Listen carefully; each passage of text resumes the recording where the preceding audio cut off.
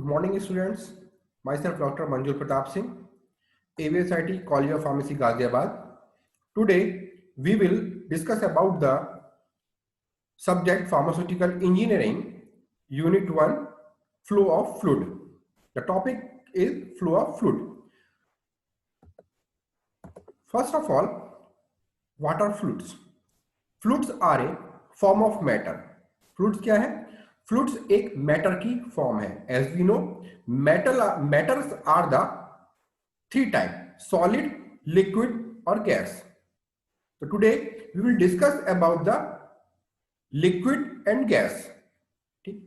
So fluids are a form of matter that cannot achieve equilibrium under an applied shear stress. Means fluid चाहे वो liquid और gas की form में हो, वो क्या होते हैं? जब उन पे कोई भी shear स्ट्रेस अप्लाइड किया जाता है, यानी कोई प्रेशर दिया जाता है, तो वो अपना एक इक्विलिब्रियम नहीं बना पाते, ठीक, बट डिफॉर्म कॉन्टिन्यूअसली और flow as long as shear stress is applied. लेकिन जैसे जैसे उनके ऊपर कोई भी shear स्ट्रेस अप्लाई किया जाता है या फिर प्रेशर अप्लाई किया जाता है, तो वो अपने आप को डिफॉर्म करते हैं और इधर उधर या फिर फ्लो करने लगते हैं. जैसे एक एग्जांपल लेके बात करते हैं. हमारे पास एक बैलून है. Balloon is filled with air और लिक्विड और water. If we press the balloon, this balloon will deform. ठीक, हमारे पास एक गुब्बारा था, बैलून था, उसके अंदर हवा भरी हुई है और साथ में उसके अंदर या फिर वाटर भरा हुआ है. अब हमने क्या किया, उसको थोड़ा सा प्रेस किया. जैसे ही हम प्रेस करेंगे बैलून को, तो वो जो एयर होगी वो दूसरी जगह चली जाएगी, या फिर जो वाटर होगा वो दूसरी जगह चला जाएगा. यानी कि जो बैलून है वो राउंड शेप ना होके वो डिफरेंट टाइप में चेंज होता रहेगा. तो these properties are called the fluids. Now the fluid flow. अब आती है फ्लूइड फ्लो की जो फ्लूइड बहता है. तो fluid flow means the movement of material through certain bounded region, और bounded region is called pipe. ठीक, फ्लूइड फ्लो का मतलब होता है कोई मटेरियल अगर मूवमेंट कर रहा है और वो एक बाउंड्री के अंदर है और वो बाउंड्री पाइप की तरह है, this is called the fluid flow. ठीक, the fluid flow means the movement of material through certain bounded region or pipe. अब आती है कि हम फ्लूइड फ्लो जो पढ़ रहे हैं ये कितने टाइप से डिवाइड कर सकते हैं हम इसको. The study of fluid flow can be divide into the two types. First one is the fluid statics and second one is the fluid dynamics. The fluid statics deal with fluid at rest in equilibrium. यानी कि जो fluid static है ये कब deal करता है, जिस समय फ्लूइड जो है अपनी रेस्टिंग पोजीशन में है. मींस जैसे एक पानी की टंकी है, छत के ऊपर रखी हुई है. पानी की टंकी के अंदर जो पानी भरा है वो इस समय रेस्टिंग स्टेज में है, बस एक जगह पे है. तो वहां पे जो उसका स्टडी होगी वो फ्लूइड स्टैटिक्स कहलाएगी. अब आती है बात फ्लूइड डायनेमिक की. फ्लूइड डायनेमिक मतलब it deals with fluid in motion. यानी कि अब जो पानी की टंकी में जो वाटर था वो हमने कहीं पे टैप ओपन किया. टैप ओपन करते ही क्या होगा, जो पानी है, वाटर है, वो मूव करेगा पाइप से. और जब वो मूव करेगा तो ऑब्वियस है कि वो पानी की टंकी से भी निकलेगा.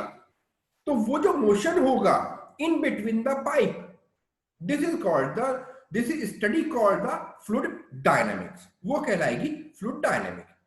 ठीक है, तो फ्लूइड फ्लो को हम दो पार्ट्स में डिवाइड करते हैं. Fluid statics, it deals with fluid at rest in equilibrium, and fluid dynamics, it deal with fluid in motion. अगर हम बात करते हैं what are the application of fluid flow in pharmaceutical industry or in daily life or in normal conditions. So the fluid flow having very important part in our life. We use these principles in daily life But in pharmaceutical industry, fluid flow apply in many ways. The first is the transferring of air nutrient growth into the fermenter. सबसे पहले अगर हम बात करते हैं pharmaceutical industry की, और pharmaceutical industry में बायोटेक्नोलॉजिकल प्रोडक्ट्स जो होते हैं हमारे, जो फर्मेंटेड प्रोडक्ट्स होते हैं, उसमें क्या होता है, फर्मेंटेड का जब प्रोसेस होता है तो उसमें क्या होता है, हमें एयर प्रोवाइड करनी पड़ती है और साथ में न्यूट्रिएंट ग्रोथ, जिससे जो हमारे जो माइक्रो ऑर्गेनिज्म वगैरह हैं जो फर्मेंटेशन में काम करती है, जो न्यूट्रिएंट चाहिए, उनको हम पाइप के थ्रू फर्मेंटर में प्रोवाइड करते हैं। एयर भी चाहिए ताकि रेस्पिरेशन हो सके माइक्रोब्स का। तो इसलिए वो जो एयर है और जो न्यूट्रिएंट ग्रोथ है, लिक्विड मटेरियल जो है, वो एक पाइप के थ्रू फर्मेंटर में आता है। लेकिन जो पाइप के थ्रू आ रहा है तो हमें उसका प्रेशर भी मेंटेन करना पड़ता है और फ्लो भी मेंटेन करना पड़ता है। तो वहां पे हम फ्लूइड फ्लो के प्रिंसिपल्स यूज करते हैं। तो first application of the fluid flow is the transferring of air and nutrient growth into the fermenter. Now, second one is the application of fluid flow is bottling to liquid medicament or dosage form like syrup into suitable container. जिस समय पे pharmaceutical industry में syrup बनाया जाता है या फिर कोई और लिक्विड डोजेज फॉर्म की बात करें, सिरप हुआ, सस्पेंशन है ना, या फिर एलिक्सर्स है, like this, these all are the liquid preparation.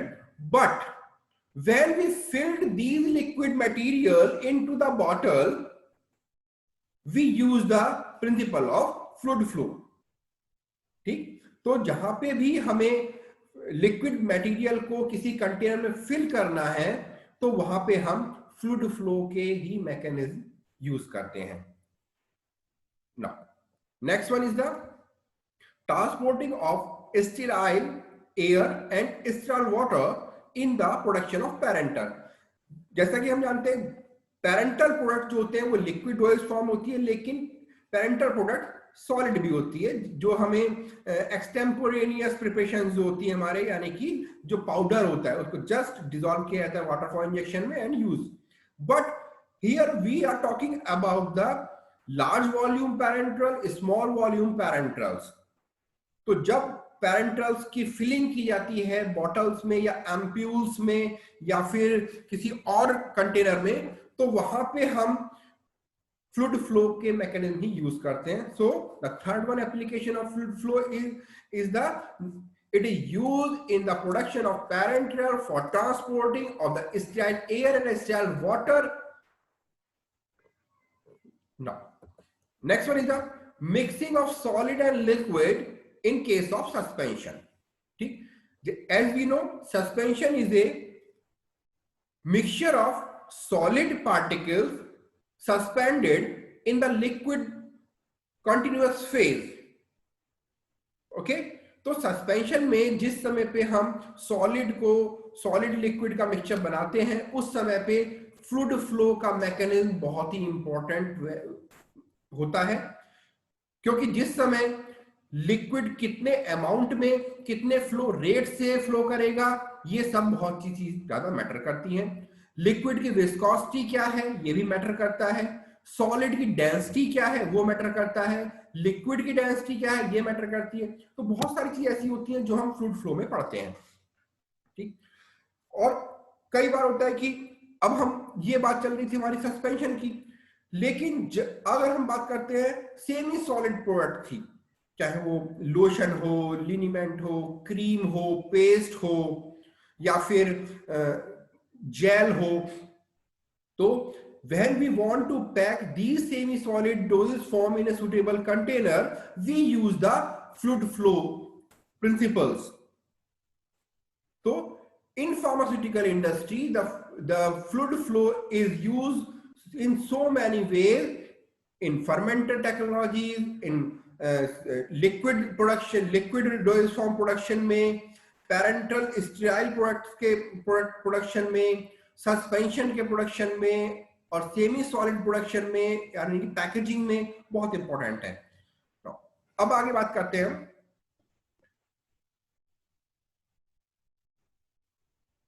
The study of fluids at rest is based on two principle. अगर हम बात करते हैं, जो हमारा स्टडी है फ्लूइड फ्लो की, वो हमारे दो प्रिंसिपल्स पे वर्क करती है। First principle is the pressure at a point is the same in all direction.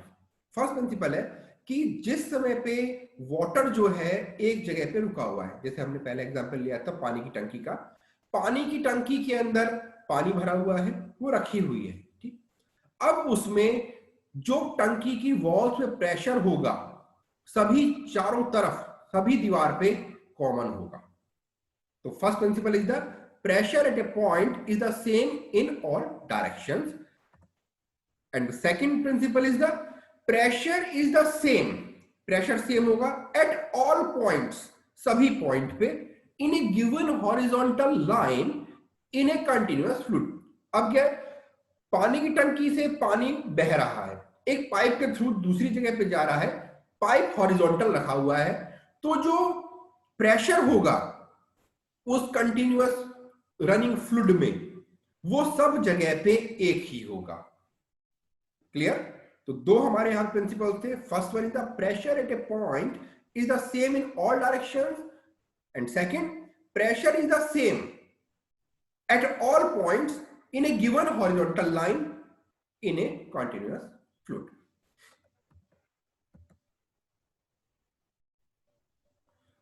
अब बात करते हैं the pressure difference between the layer of the fluids, कि हमारे पास एक फ्लूइड है, उसकी हमारे पास दो तीन लेयर्स हैं, उन लेयर में जो प्रेशर का डिफरेंस है वो क्या होगा, किस तरीके से हम उसे मेजर करेंगे। ठीक, इसको देखते हैं। सबसे पहले बात करते हैं pressure. What is pressure? Pressure is defined as the force exerted in a unit area. Pressure क्या है? दिस इज ए फोर्स, ये एक फोर्स है जो किसी यूनिट एरिया पे लगता है। ठीक, this is called the pressure. Now pressure may be expressed at absolute pressure, और प्रेशर किस में एक्सप्रेस किया जाता है? This is expressed by the absolute pressure. It may be expressed with reference to the atmospheric pressure using manometer। और अगर हम इसको मेजर करना चाहते हैं किसके रेफरेंस से? एटमॉस्फेरिक प्रेशर के रेफरेंस से, तो हम मैनोमीटर एक इंस्ट्रूमेंट होता है, उसके हेल्प से हम उस प्रेशर डिफरेंस को मेजर कर सकते हैं। अब हम चाहते हैं किसी भी जगह पे हम प्रेशर डिफरेंस देखना चाहते हैं, डिफरेंट लिक्विड लेयर्स में प्रेशर डिफरेंस देखना चाहते हैं, तो उसके लिए हमें कुछ चीजें कंसीडर करनी होती हैं। तो एक मान के चलते हैं, suppose here we consider a column, हम यहाँ पे एक कॉलम को कंसीडर कर रहे हैं। In this one diagram we have a column, this column having the two openings, first one and the second one, ठीक, both having the two opening. In figure B, this column filled with a liquid. On the upper portion, the pressure is applied, this is called PS. This column having the 2 points, point 1 in middle and point 2 in the bottom. ठीक? In this one, the height of from point 1 to the top, means this one height is called H1, and the height from point 2 to top, means from point 2 to top, this is called the H2. this is called the H2, and the height from point 2 to point 1 means this one height, यानी कि 2 number point से 1 number point तक जो height थी, this is called the delta H. We have a column, okay, having 2 points 1 and 2. The pressure is applied on the top, this is called PS. The height between point 1 to top, this is the H1. The height between point 2 to top, this is the H2, and the height between point 2 to 1 is the delta H. Okay, clear है ये diagram? Now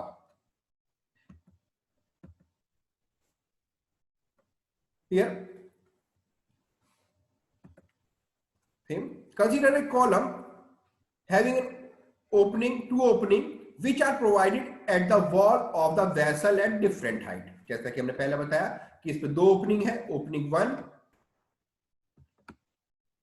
1 and opening 2, और ये different height पे present है.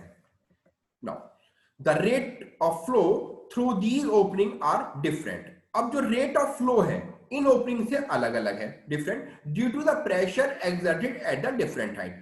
देखिए, जो 1 number से pressure आ रहा है, यहां से जो वाटर का फ्लो है वो कहां पे है, सिर्फ वो यहां से आया और सिर्फ यहां पे आके रुक गया, ठीक. लेकिन जो 2 नंबर से वाटर का फ्लो है उसकी वो ज्यादा ट्रेवल कर रहा है, यानी कि उसकी डिस्टेंस जो है वो कंटेनर से बहुत आगे है, कॉलम से बहुत दूर है. ये ऐसा क्यों हुआ?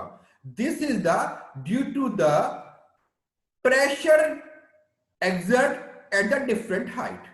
क्योंकि जो प्रेशर लग रहा है हाइट पे, हाइट की वजह से उसकी वजह से हुआ, यानी कि 1 नंबर पे जो प्रेशर लग रहा है वो सिर्फ इतना सा प्रेशर लग रहा है इस वाले लिक्विड का, ठीक. लेकिन जो 2 नंबर वाला कॉलम है, 2 नंबर वाला होल है, वहां पे प्रेशर कितना लग रहा है, वहां पे प्रेशर लग रहा है इतना ज्यादा उसका, यानी कि ये प्रेशर लग रहा है. तो इसीलिए 2 नंबर वाला जो हमारा होल है वहां से जो वाटर रन हो रहा है उसकी डिस्टेंस ज्यादा है. देखिएगा, ठीक है ना. अब बात करते हैं फिगर बी. अब हमने क्या किया, consider a stationary column of liquid और फ्लूइड. फिगर बी की बात कर रहे हैं. द प्रेशर पीएस, जैसा ये बता रहा है, the pressure PS, consider figure B. The pressure PS is acting on the surface पे एक्टिंग हो रहा है of the fluid. Column is maintain a constant pressure by applying pressure P. जो कॉलम है ये एक प्रेशर पी से maintain हो रहा है एट पॉइंट ए, जो पॉइंट ए है उस पे, यानी कि यहां पे ऊपर से पीएस नाम का प्रेशर लग रहा है, लेकिन हम यहां पे जो ए पॉइंट है मेरा, वहां पे हम उसको मेंटेन कर रहे हैं पॉइंट ए पे, ठीक. इस फिगर को ध्यान रखिएगा, ये हमने पहले भी डिस्कस की थी, लेकिन अब भी आपको ध्यान रखनी होगी ये वाली फिगर, ठीक. पॉइंट 1 और पॉइंट 2 ये दोनों आपको ध्यान रखने होंगे. कौन से पॉइंट 1 और पॉइंट 2 है? The height between 1 to top is H1, and height of point 2 to top, this is the H2 as previously discussed, and the height between point 2 to 1 is the delta H. जो height है point 2 to 1 की, this is called the delta H. अब बात करते हैं. Now, the force acting below and above the point 1 are evaluated. अब हमने क्या किया, जो फोर्स है point 1 के ऊपर और नीचे दोनों तरफ, वहां कौन सा फोर्स लग रहा है, ये बात करते हैं. कहते हैं substituting the force with pressure into area of cross section in the above equation. ठीक. अब क्या किया हमने, सब्स्टिट्यूट किया है फोर्स को प्रेशर के साथ और मल्टीप्लाई किया है area of cross section in the above. जो हमारे जो कॉलम था उसका एरिया का क्रॉस सेक्शन था उसके लिए। तो force acting on the liquid at point 1, तो पॉइंट 1 पे जो फोर्स अप्लाई होगा this is equal to force on the surface, जो सबसे ऊपर सरफेस थी उसके ऊपर जो फोर्स लग रहा था वो, प्लस साथ में force exerted by the liquid above point 1, और जो पॉइंट 1 के ऊपर लिक्विड था उसका फोर्स, उसका भी एक वेट होगा, वो भी नीचे प्रेशर करेगा, यानी कि ऊपर से जो प्रेशर आ रहा है वो वाला, सरफेस पे जो आ रहा है फोर्स वो, साथ में लिक्विड का जो प्रेशर है वो, ये दोनों मिलके हमारा पॉइंट नंबर 1 पे फोर्स लगाएंगे। This is called the equation number 1। Now अब क्या हुआ, substituting the force with pressure, अब क्या किया हमने, फोर्स को प्रेशर के साथ सब्स्टिट्यूट किया into area of cross section in equation 1, और इक्वेशन 1 में उसका एरिया की वैल्यू रखी, तो हमारे पास क्या आई, pressure at point 1 into surface area, यानी कि पॉइंट 1 पे जितना सरफेस एरिया था उससे मल्टीप्लाई करेंगे पॉइंट 1 का, is equal to pressure on the surface, जो हमारा सबसे ऊपर वाला सरफेस था उस पे कितना प्रेशर था, इनटू सरफेस एरिया, और उसका सरफेस एरिया कितना था, ये दोनों को मल्टीप्लाई करेंगे, प्लस साथ में क्या किया हमने, mass into acceleration due to gravity, उसका मास कितना था, वेट कितना था, और ग्रेविटी कितनी थी, उसका एक्सेलरेशन ड्यू टू ग्रेविटी कितना था। तो हमारे पास ये equation number 2 I, pressure at point 1 into surface area is equal to pressure on the surface into surface area plus mass, कितना मास था लिक्विड का, और उस की मल्टीप्लिकेशन की है हमने acceleration due to the gravity. This is called the equation number 2. now अब क्या है इसको मल्टीप्लिकेशन में, P1S is equal to PS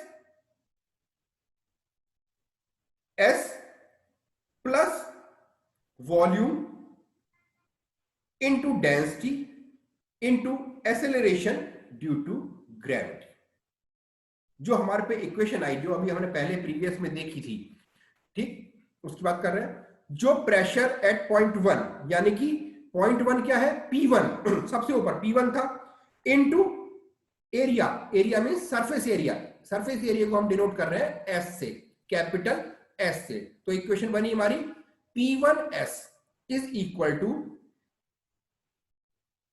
फिर से pressure on surface into area means PS into S plus mass, mass क्या होता है हमारा, मास होता है हमारा वॉल्यूम इंटू डेंसिटी, मास को अगर हम ओपन करेंगे तो क्या होगा, volume into density into acceleration due to gravity, तो हमारी पूरी इक्वेशन आ जाएगी ये वाली, ठीक। इक्वेशन क्या बनी, P1S is equal to PS S plus volume into density into acceleration due to gravity.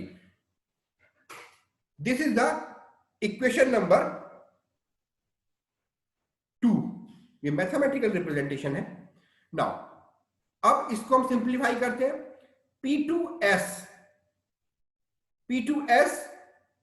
Plus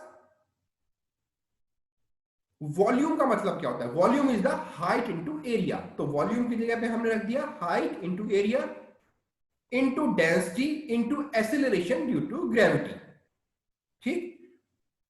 बहुत इजी इक्वेशन है, आप देख के चलिए, P2S कॉमन है, वॉल्यूम आ गया मेरा height into area into density into acceleration due to gravity, इसको अब हम मैथमेटिकली डिनोट कर रहे हैं, P1S is equal to P2S, ये ऊपर से आ गया P2S प्लस हाइट को हम डिनोट कर रहे हैं H1 से, क्योंकि हम यहां पे 0.1 नंबर की हाइट ले रहे हैं, तो height is denote by the H1, height 1, then S is the surface area, as we know, पहले भी हमने डिस्कस किया कि S जो है वो सरफेस एरिया है, and density is the rho, density को हम रो से डिनोट करते हैं, this is the rho and acceleration due to gravity is the g. So this is called the equation number 3. P1s is equal to P2s plus H1s rho g. This is the equation number 3. Now since the surface area is same, अब क्या है, पूरे column का surface area same है, so equation 3 में be written as. तो equation 3 को हम अब दूसरे तरीके से भी लिख सकते हैं. This is the P1 is equal to PS plus H1 rho g, यानी कि सरफेस एरिया कॉमन है तो सरफेस एरिया हट गया पूरा का पूरा. तो हमारा क्या आया, P1 is equal to PS plus H1 rho ji. This is the equation number 4. अब क्या किया, प्रेशर एक्टिंग ऑन पॉइंट 2 में बी रिटन एज. अब ये तो थी हमारी इक्वेशन नंबर 4 जो थी, ये हमारी थी पॉइंट 1 के लिए. ठीक, ये थी पॉइंट 1 के लिए. ठीक, अब हम बात कर रहे हैं पॉइंट 2 के लिए क्या इक्वेशन आएगी. तो वो आएगी P2 is equal to PS H2. यहां पे H2 लिया गया है क्योंकि हाइट देख रहे हैं हम from point 2 to top. H2 rho g same, density वही रहेगी, ग्रेविटेशनल फोर्स वही रहेगा, बस हाइट चेंज हो रही है और पॉइंट 2 पे प्रेशर देखा जा रहा है. This is the equation number 5. Now अब आती है, difference in the pressure is obtained by substituting equation 4 from equation 5. अब हमें इन दोनों का डिफरेंस देखना है, तो हम क्या करेंगे, सब्स्टिट्यूशन करेंगे इक्वेशन 4 का 5 से. तो अब करते हैं इक्वेशन का सब्स्टिट्यूशन. देन तो क्या होगा, P2 minus P1. Clear, P2 minus P1 यानी कि P2 आया ये, this one is P2, this one is P2, और P1 आया ये ऊपर से, P2 minus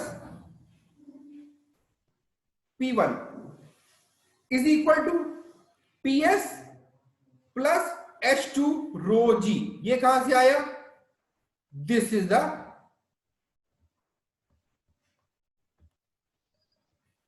this one.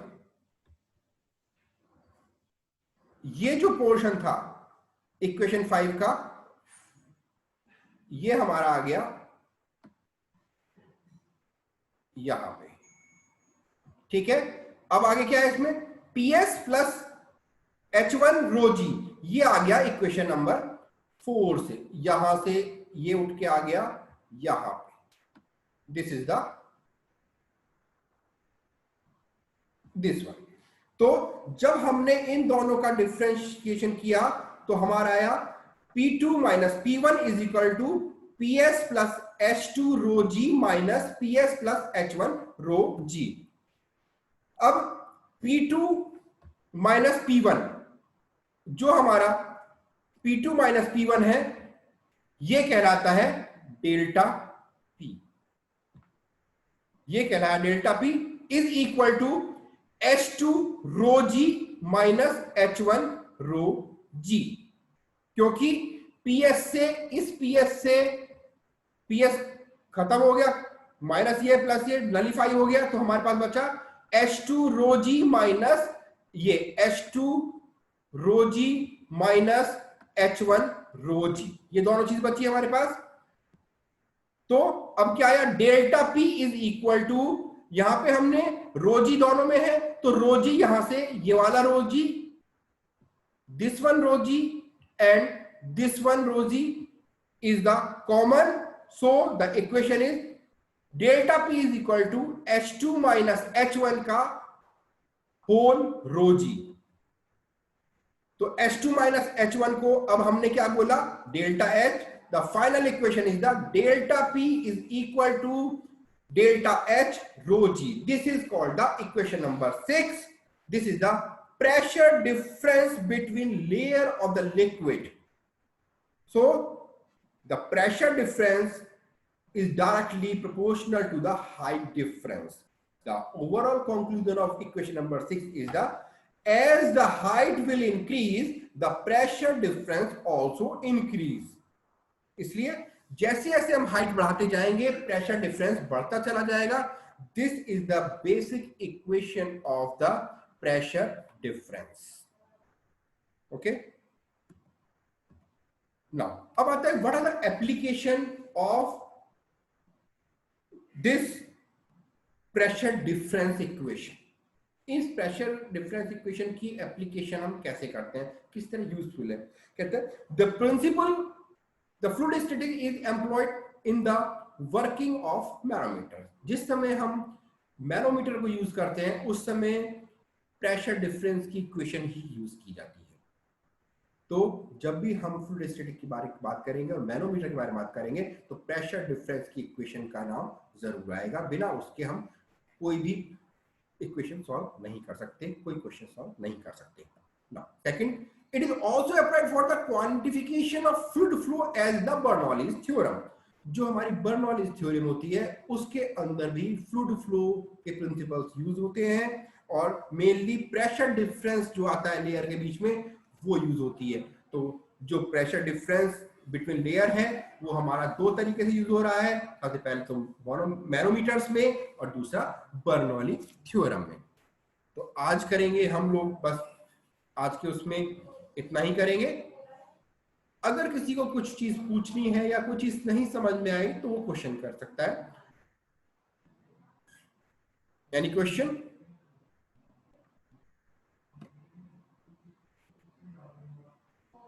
No problem.